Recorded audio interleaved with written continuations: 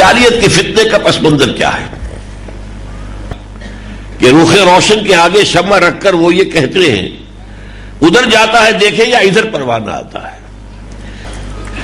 قرآن حکیم کا مطالعہ کیا جائے اور یا پھر خاص طور پر سورہ کہف کا، کیونکہ پورے قرآن مجید کے اندر سورہ کہف کا خاص ایک اس کی مناسبت ہے اور وہ بچاؤ کا ذریعہ بنتی ہے فتنہ دجال سے، تو اس پر تدبر کی بہت ضرورت ہے.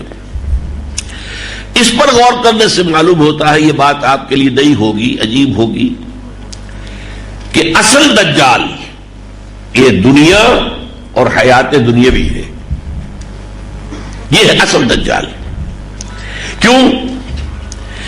یہ انسان کو اللہ اور اس کی آخرت سے غافل کر دیتی ہے، اپنے اندر گم کر لیتی ہے.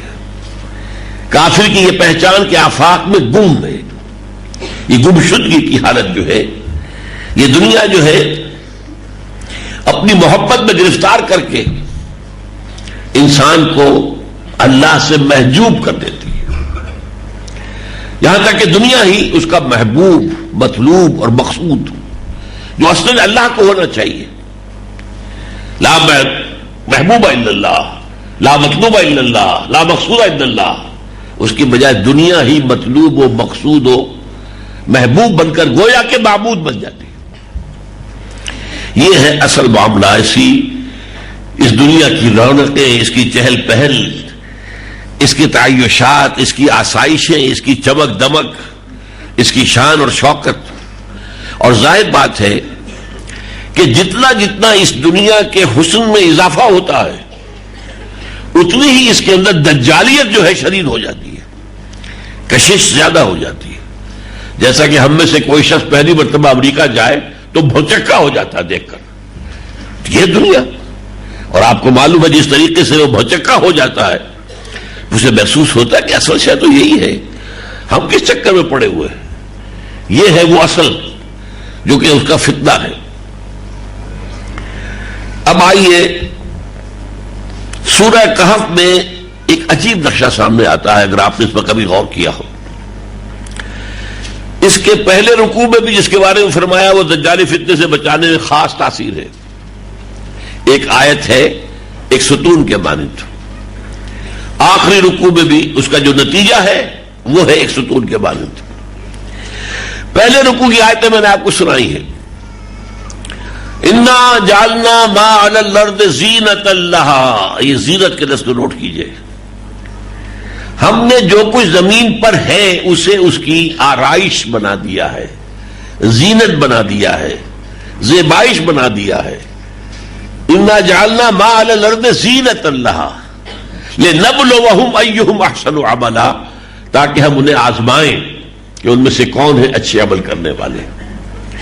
کسی نے بہت اچھا شعر کہا تھا کہ رخ روشن کے آگے شمع رکھ کر وہ یہ کہتے ہیں ادھر جاتا ہے دیکھے یا ادھر پروانہ آتا ہے.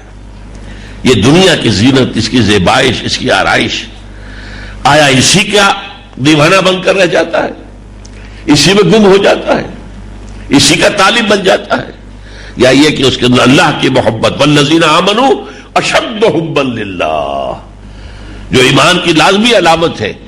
جو لوگ حقیقت مومن ہیں وہ شدید ترین ہیں اللہ سے محبت میں. بھئی یہی دو پولز ہیں، یا ادھر یا ادھر.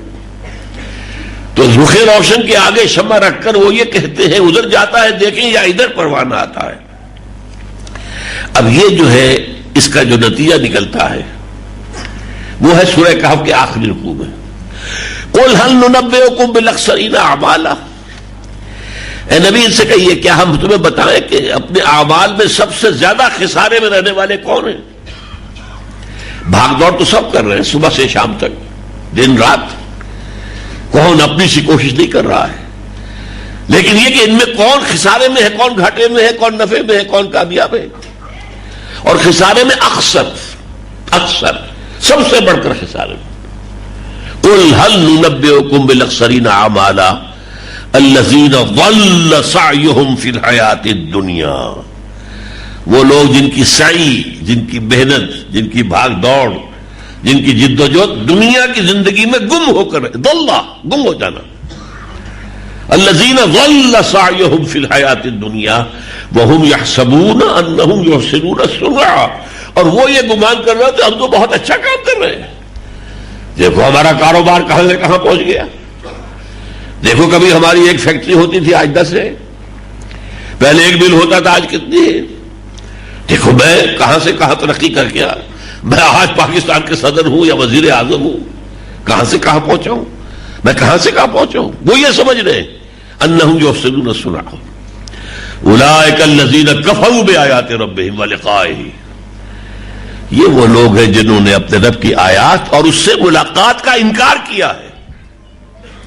فحبطت اعمالہم، تو ان کے تمام اعمال حبط ہو گئے، یعنی کوئی نیکی کا کام کر رہے ہو، کوئی فاؤنڈیشن بنا دی ہو، کوئی جو ہے کوئی خیرات گھر بنا دیا ہو، یتیم خانہ بنا دیا ہو، سمجھ رہے ہم نے بڑا نیکی کا کام کیا ہوا ہے، حبطت اعمالہم۔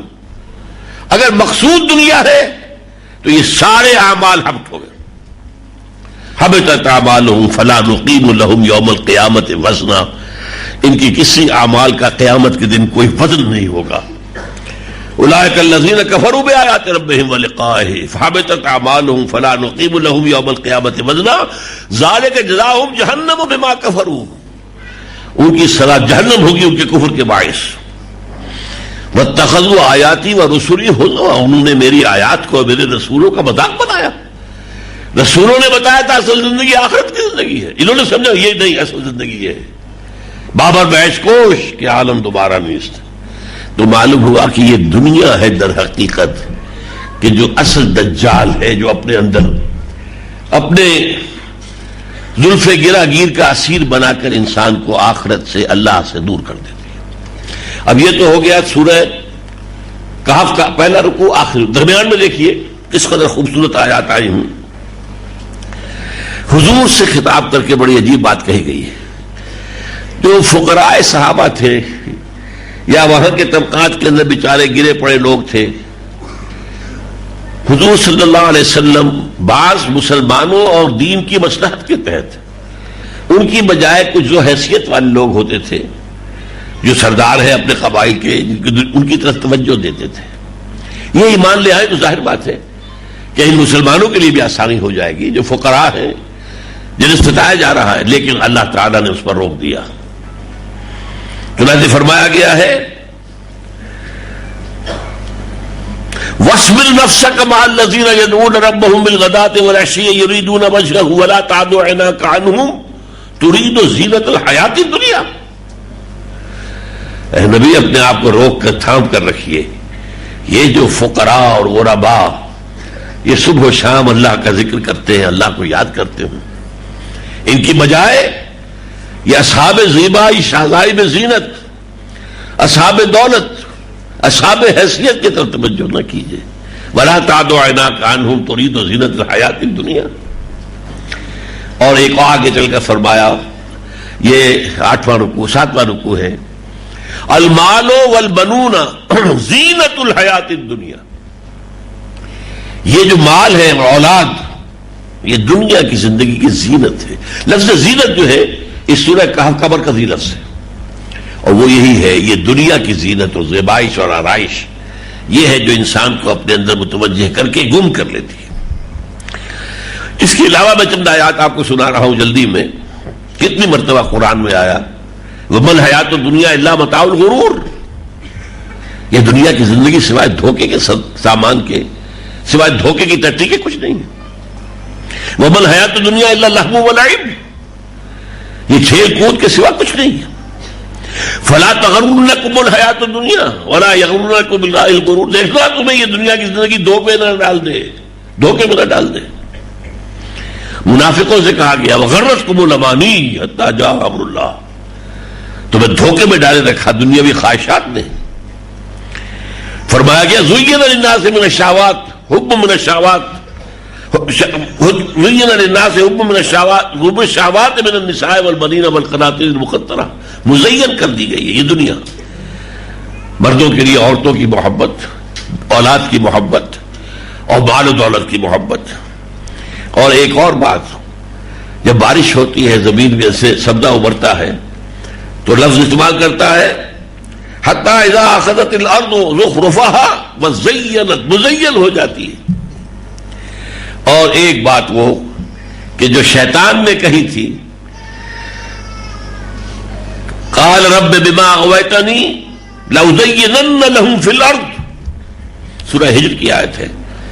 اس نے کہا اللہ تو نے جو مجھے گمراہ کیا ہے اس آدم کے معاملے میں، اب برآمدہ درگاہ کر دیا ہے، میں اس کی اولاد کے لیے زمین کو مزین کر دوں گا، خوشنما بنا دوں گا، دلکش بنا دوں گا، اس کو یہ کھینچ کر دے گی اپنے تمام لوگوں کو اور اپنا غلام بنا لے گی.